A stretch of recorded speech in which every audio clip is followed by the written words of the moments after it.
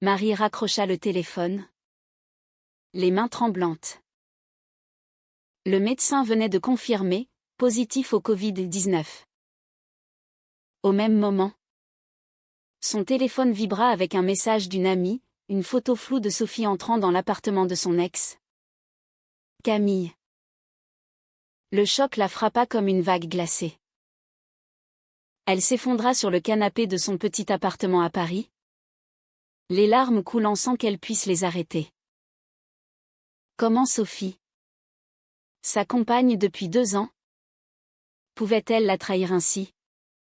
Surtout maintenant, alors qu'elle était isolée et vulnérable? Marie repensa à leur rencontre. C'était lors d'une manifestation pour les droits LGBT à la place de la République.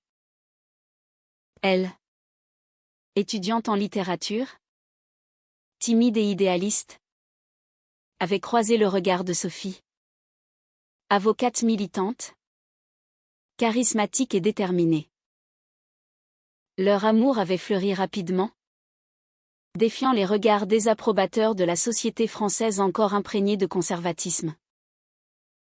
Mais aujourd'hui, tout semblait s'effondrer. Elle décida d'appeler Sophie. La sonnerie retentit longuement avant que sa voix ne réponde. Essoufflée. Allô? Marie. Ça va? Demanda-t-elle d'un ton faussement innocent. Marie ravala sa rage. Où es-tu? Répliqua-t-elle sèchement. Un silence pesant s'installa. Chez une amie, mentit Sophie. Marie sentit son cœur se serrer. Une amie? Ou ton ex? Sophie balbutia, prise au dépourvu. Écoute. Ce n'est pas ce que tu crois. Camille m'a appelé pour discuter d'un dossier professionnel. Rien de plus. Mais Marie n'était pas dupe. Elle avait vu les messages ambigus sur le téléphone de Sophie il y a des semaines. Des souvenirs partagés. Des rires complices. Et moi? Je viens d'apprendre que je suis positive au virus. Je suis seule ici. Et toi? Tu es avec elle? La conversation dégénéra en dispute. Sophie tenta de se justifier, invoquant le stress de son travail, la pression de sa famille catholique qui n'acceptait pas leur relation. Ma mère me harcèle pour que je me marie avec un homme. Tu sais ça, Camille? Elle comprend. Elle a vécu la même chose. Marie hurla, et moi? Je ne comprends pas. J'ai tout sacrifié pour nous. Après avoir raccroché, Marie se recroquevilla dans son lit. Le monde extérieur semblant si lointain. Paris, avec ses rues animées, ses cafés bondés, était maintenant un danger. L'isolement obligatoire amplifiait sa douleur. Elle pensa à sa propre famille, en province, qui ignorait tout de sa sexualité. Son père, un homme traditionnel, l'aurait renié. Sa mère, plus compréhensive, mais faible face aux conventions sociales. Le soir venu, Sophie rentra, les yeux rougis. Elle s'assit au bord du lit, évitant le regard de Marie. Je suis désolée, murmura-t-elle. Camille et moi. C'est du passé. Mais parfois, je me sens perdue. Marie la fixa.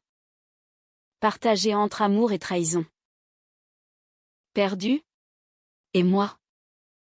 Alors? Je t'ai donné ma confiance. Elles parlèrent tard dans la nuit.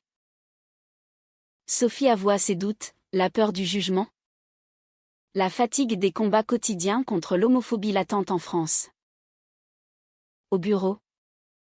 On me regarde de travers quand je parle de toi.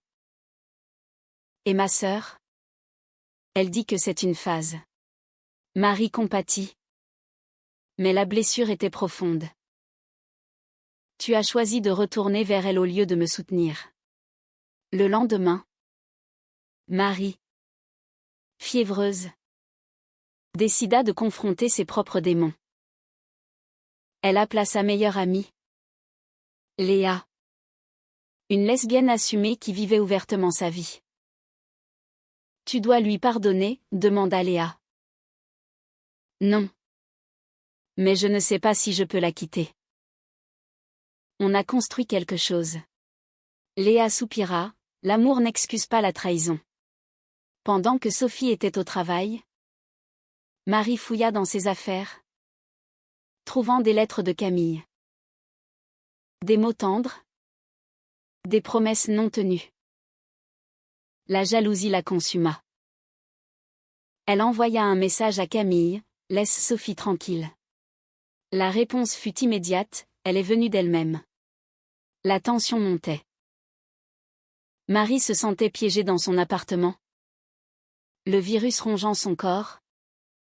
La trahison son esprit. Elle commença à questionner sa propre identité. Était-elle assez forte pour affronter seule les préjugés? Sophie rentra ce soir-là avec des fleurs. Un geste pathétique. Je t'aime. Marie. Oublions ça. Mais Marie secoua la tête.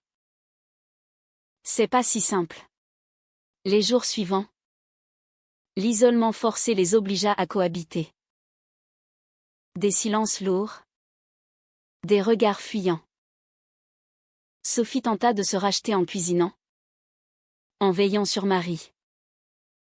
Mais chaque geste rappelait la duplicité.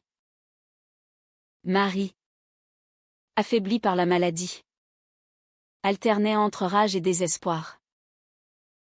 Pourquoi elle? Sophie. Qu'est-ce qu'elle a que je n'ai pas? Sophie éclata en sanglots. Camille représente la sécurité. L'acceptation facile. Avec toi. C'est un combat constant. Marie comprit alors la profondeur du conflit, non seulement personnel, mais sociétal. En France, malgré les avancées légales, les mentalités évoluaient lentement. Les familles, les amis, la pression pour une vie normale. Une nuit, Marie fit un cauchemar, elle se voyait rejetée par tous. Seule dans les rues de Paris. Au réveil, elle serra Sophie contre elle.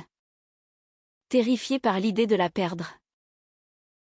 Mais le doute persistait. Était-ce de l'amour ou de la peur? Le 5e jour, un appel de la mère de Sophie changea tout. Sophie. Ton oncle organise un dîner familial. Amène un ami. Peut-être ce gentil avocat que tu connais. Sophie raccrocha. Frustrée. Elle ne sait rien de nous. Marie explosa, et tu ne lui dis rien. C'est pour ça que tu vas voir Camille? Pour te cacher? La dispute atteignit un pic. Sophie admit, oui. Parfois j'envie les hétéros. Pas de question.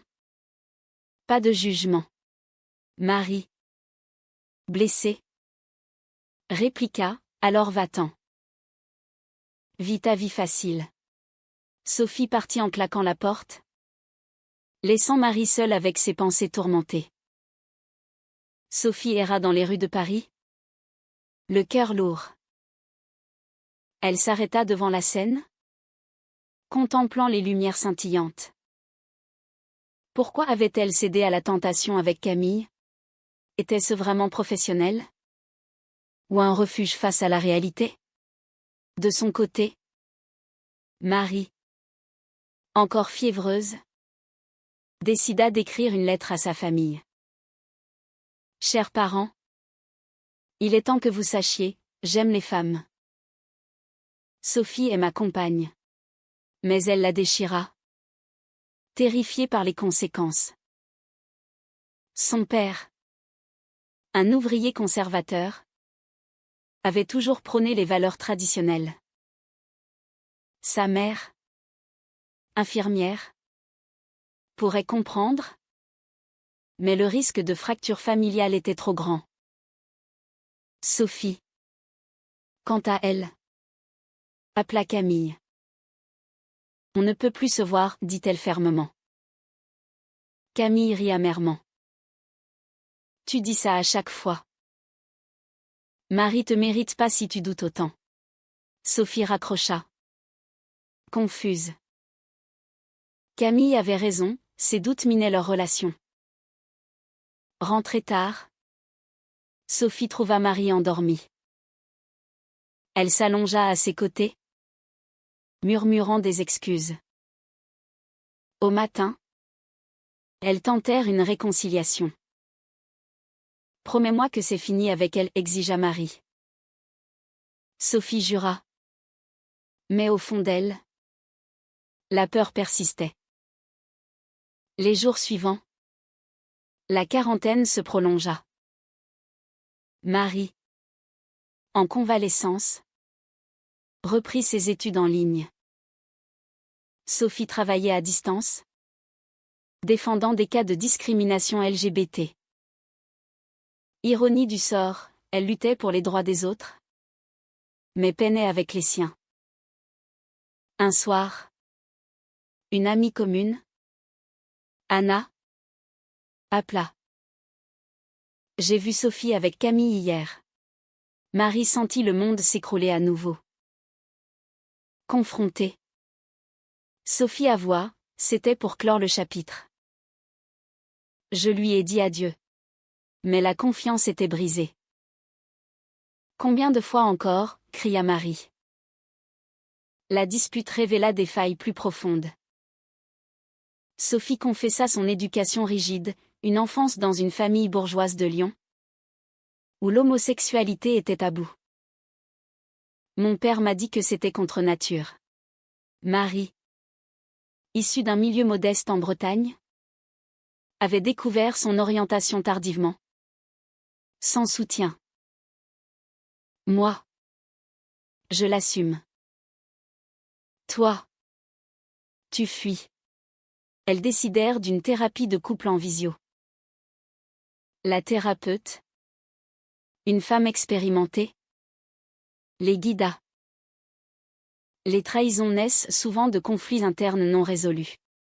Sophie admit sa culpabilité, je sabote notre relation par peur du rejet social. Marie pleura, et moi?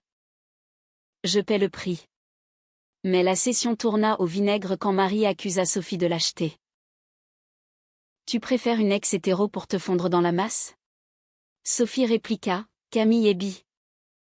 Et elle assume plus que toi qui cache tout à ta famille. La tension culmina. Marie, furieuse, contacta sa mère en secret. Maman, je suis lesbienne. La réponse fut un silence choqué. Puis, ma chérie, je t'aime quand même. Mais ton père. Il ne comprendra pas. Marie raccrocha. Soulagée et terrifiée. Sophie, apprenant cela, fut impressionnée. Tu as été courageuse. Mais Marie la défia, maintenant? À ton tour. Dis-le à ta famille. Sophie hésita, invoquant le timing. Avec le virus? Ce n'est pas le moment. Les jours passèrent dans une fragile trêve. Marie guérit progressivement. Mais les cicatrices émotionnelles persistaient.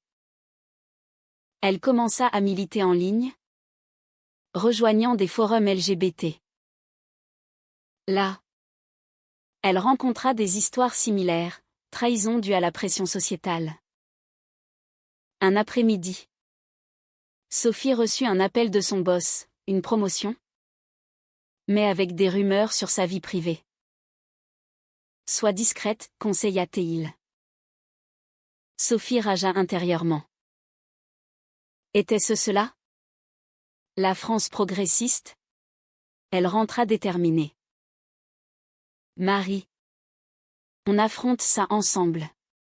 Elles planifièrent un coming-out familial. Mais la nuit, Sophie rêva de rejet. De solitude. Au réveil, elle envoya un message à Camille, besoin de parler. Marie découvrit le message. La trahison recommença. C'est fini, déclara-t-elle froidement. Sophie supplia, c'était une erreur. Je panique. Mais Marie était résolue. Le prix de ta peur est trop élevé pour moi. Sophie partit chez une amie, laissant Marie seule. Celle-ci appela Léa, j'ai fait le bon choix? Léa répondit, oui. Mais ça fait mal. Marie pleura, questionnant ses décisions. Était-ce la fin? Ou un nouveau début? Seule dans l'appartement, Marie affronta le vide. Les murs semblaient rétrécir, amplifiant ses doutes. Avait-elle été trop dure? Sophie l'avait trahi. Mais n'était-ce pas la société qui les poussait à bout? Elle décida de sortir, masquée, pour une promenade solitaire dans le jardin des Tuileries. L'air frais l'apaisa. Mais les couples hétéros autour d'elle ravivèrent sa douleur. Pourquoi leur amour était-il si facile? De son côté, Sophie, hébergée chez Anna, ruminait. J'ai tout gâché, confia-t-elle. Anna, pragmatique, répliqua, assume-toi. Ou perds tout. Sophie appela sa mère, maman. Je suis lesbienne. Marie est ma vie. Le choc fut palpable. Sophie. Pense à la famille. Ton père sera dévasté. Sophie insista, c'est qui je suis. Sa mère promit d'en parler. Mais le doute s'installa. Était-ce une erreur? Elle pensa à Marie. À leur amour passionné. Marie, rentrant, trouva un mot de Sophie, je reviens bientôt. Je t'aime. Mais la confiance était érodée. Elle contacta Camille directement. Pourquoi la poursuis-tu? Camille répondit, elle vient à moi quand elle a peur. Toi, tu la forces à affronter. Cette révélation blessa Marie. Était-elle trop exigeante? Elle réfléchit à ses propres peurs, le rejet familial, la solitude. Son père appela ce soir-là. Ta mère m'a dit. C'est une blague? Marie trembla, non. Papa. C'est vrai. Il hurla, pas sous mon toit. Tu me déçois. Les larmes coulèrent. Marie se sentit brisée. Mais libérée. Plus de secrets. Elle posta sur les réseaux, fière d'être qui je suis. Des soutiens affluèrent. Mais aussi des haineux. Sophie, apprenant le coming out de Marie, fut inspirée. Elle confronta son père, papa. Accepte-moi ou perds-moi. Il resta silencieux. Puis, donne-moi du temps. Sophie pleura de soulagement. Elle rentra chez elle. Marie. Je l'ai dit. Marie. Émue. L'embrassa. Mais la prudence domina. Prouve-le. Elles reprirent la thérapie. Explorant les racines de la trahison. La thérapeute révéla, Sophie. Ton attirance pour Camille est un refuge hétéronormatif. Sophie admit, oui. C'est plus facile. Marie intervint, mais l'amour vrai vaut le combat. Les semaines passèrent. Marie reprit ses études. Sophie sa carrière. Mais une nouvelle crise surgit, un collègue de Sophie répandit des rumeurs. Lesbienne? Ça explique tout. Sophie défendit son honneur, risquant sa promotion. Marie la soutint, on affronte ensemble. Mais intérieurement, elle doutait. Et si Sophie craquait à nouveau? Un soir, lors d'un dîner virtuel avec des amis, Camille apparut en ligne. Salut les filles. Sophie coupa court. Mais Marie bouillonna. Pourquoi est-elle là? Sophie expliqua, amie commune.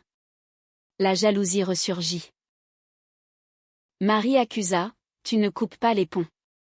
Sophie répliqua, je ne peux pas effacer mon passé.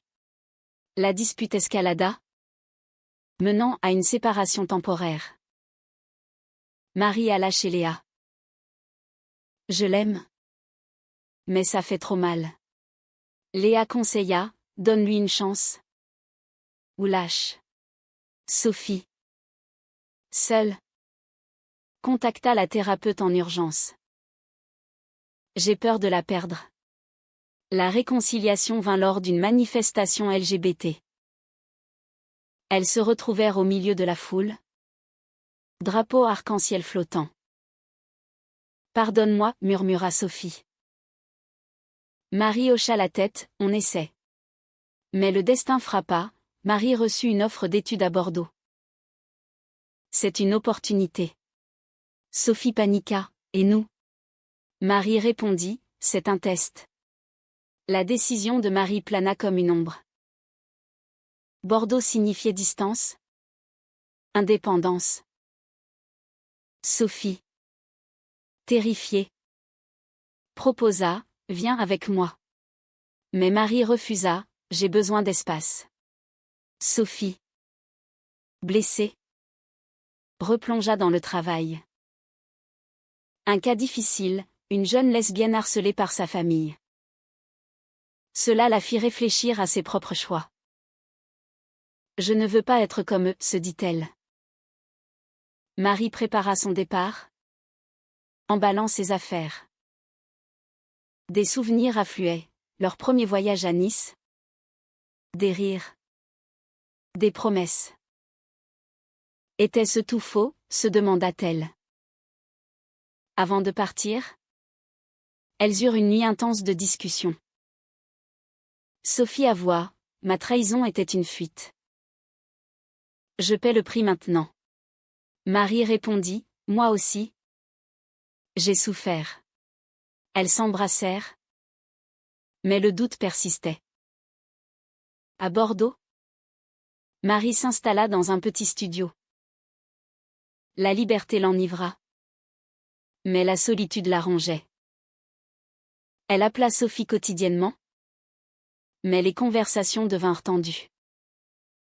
Tu me manques, disait Sophie. Prouve-le, répliquait Marie. Sophie décida d'agir.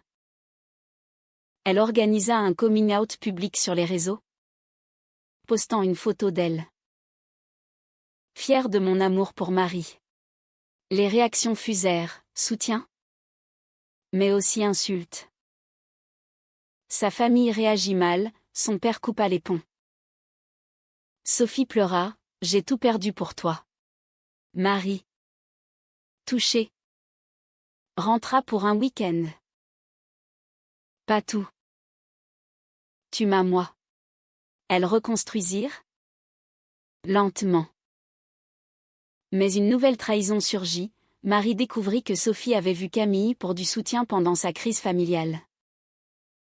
Juste une amie, jura Sophie. Marie explosa, toujours elle. La rupture sembla inévitable. Marie rentra à Bordeaux, bloquant Sophie. C'est fini. Sophie, dévastée, sombra dans la dépression. Anna l'aida, bats-toi pour elle. Sophie voyagea à Bordeaux, frappant à la porte de Marie. Je coupe tout avec Camille. Pour de bon. Marie hésita, pourquoi maintenant? Sophie répondit, parce que je t'ai choisi. Contre tout. Elles passèrent la nuit à parler, à pleurer. Marie admit ses propres fautes, j'ai été trop intransigeante. Sophie promit, plus de secrets. Le retour à Paris fut tendu. La famille de Sophie tenta une réconciliation, mais avec des conditions, pas d'affichage public. Sophie refusa, acceptez-nous ou rien. Marie affronta son père, une rencontre émouvante. Je t'aime, fille. Mais c'est dur. Marie insista, essaie.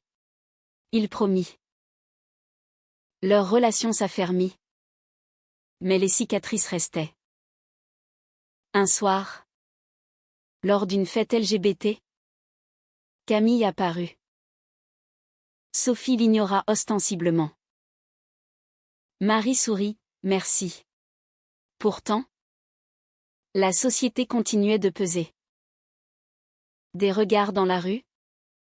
Des commentaires. Sophie perdit un client conservateur. Le prix de l'authenticité, dit-elle. Marie, inspirée, écrivit un blog sur leur lutte. Des lecteurs réagirent, partageant des histoires similaires. Cela les unit plus. Mais un twist final, Sophie reçut une lettre anonyme, je sais pour toi et Camille. Panique. Était-ce du chantage? La lettre anonyme glaça Sophie. Qui pourrait savoir, se demanda-t-elle. Marie. Suspicieuse? Interrogea, encore des secrets? Sophie jura, c'est du passé. Mais le doute ressurgit. Elles enquêtèrent. Un collègue jaloux? Un membre de la famille? La tension monta, testant leurs liens. Sophie confia, c'est peut-être Camille. Par vengeance. Marie ragea, confronte-la. Sophie appela Camille, c'est toi? Camille nia, je suis passée à autre chose. Mais Sophie douta. La lettre menaçait de révéler tout à la famille de Sophie. Payer ou souffrir. Sophie paniqua, mon père recommence juste à parler. Marie la soutint, on va à la police. Au commissariat. Elles expliquèrent. L'agent. Compréhensif. Nota, chantage homophobe.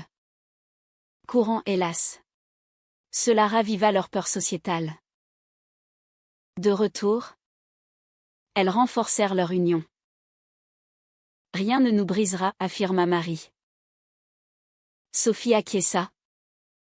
Mais intérieurement, elle questionnait ses choix passés. Les jours suivants, une autre lettre arriva, dernier avertissement. Sophie décida de payer. Mais Marie l'en empêcha. Affrontons. Elles tendirent un piège avec la police. Le coupable? La sœur de Sophie. Jalouse et conservatrice. Je voulais te protéger, avoua-t-elle. Sophie. Choquée. Répliqua, protéger? Tu me détruis. La famille explosa. Le père prit parti pour Sophie, assez de haine.